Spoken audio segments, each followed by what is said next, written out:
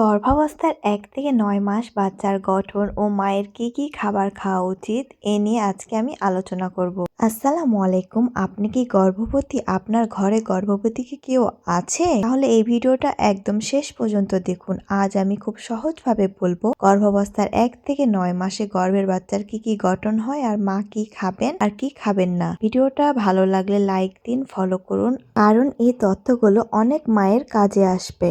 চলুন তাহলে ভিডিওটা শুরু করা যাক। প্রথমে বলবো আমি ১ থেকে ৩ মাস, যাকে প্রথম ট্রাইমেস্টার বলা হয়। গর্ভাবস্থার প্রথম ৩ মাস খুবই গুরুত্বপূর্ণ এবং সেনসিটিভ সময়। এই সময় বাচ্চার অনেক অবস্থানগত পরিবর্তন হয়, যেমন প্রথম মাসে বাচ্চার হার্ট আর ব্রেনের গঠন শুরু হয়। এই সময় মা অনেক সময় বুঝতেই পারে না যে তিনি প্রেগনেন্ট। দ্বিতীয় মাসে বাচ্চার হাত, পা, চোখ, কান তৈরি হতে শুরু করে, হার্ট ধুকধুক করে চলে।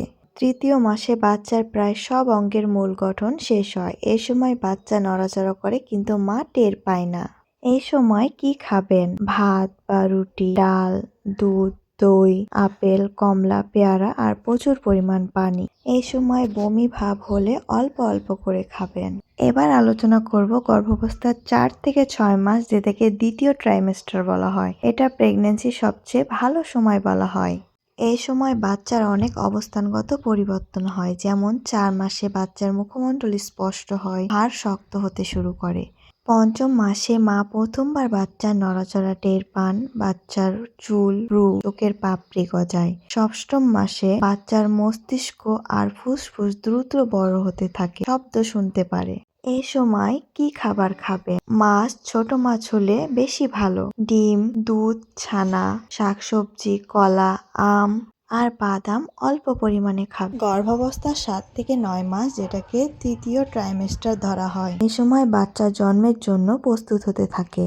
এই সময় বাচ্চার অনেক অবস্থানগত পরিবর্তন হয়, যেমন ৭ মাসে বাচ্চার ওজন দ্রুত বাড়ে, চোখ খুলতে পারে। অষ্টম মাসে ফুসফুস প্রায় সম্পূর্ণ হয়ে যায়, বাচ্চা মায়ের গর্ভে জায়গা বদলায়। নবম মাসে বাচ্চা পুরোপুরি প্রস্তুত, সাধারণত মাথা নিচের দিকে আসে। এ সময় কি খাবেন? ভাত বা রুটি, মাছ, মুরগি, ডাল, ছোলা, দুধ, দই, খেজুর, কিশমিশ, অল্প পরিমাণে। প্রচুর পানি খাবেন। পুরো ৯ মাসে যা খাবেন না: কাঁচা বা আধা সেদ্ধ ডিম, খুব ঝাল ও ভেজা খাবার, সফট ড্রিঙ্কস, ধূমপান ও তামাক, অতিরিক্ত চা বা কফি একদম এড়িয়ে চলবেন। একজন সুস্থ মা মানেই সুস্থ বাচ্চা। নিজের যত্ন নিন, নিয়মিত ডাক্তারের চেক আপ করুন। ভিডিওটা যদি উপকারে আসে একজন গর্ভবতী মায়ের সাথে শেয়ার করুন, লাইক দিন, ফলো করুন আর কমেন্টে লিখুন আপনি কোন মাসে আছেন। আশা করছি আমাকে এভাবে সাপোর্ট করবেন আর এভাবে আমার পাশে থাকবেন, কারণ সামনে আরও গুরুত্বপূর্ণ ভিডিও আসছে। আজকের মতো এখানেই বিদায় নিচ্ছি। সবাই ভালো থাকবেন। আসসালামু আলাইকুম।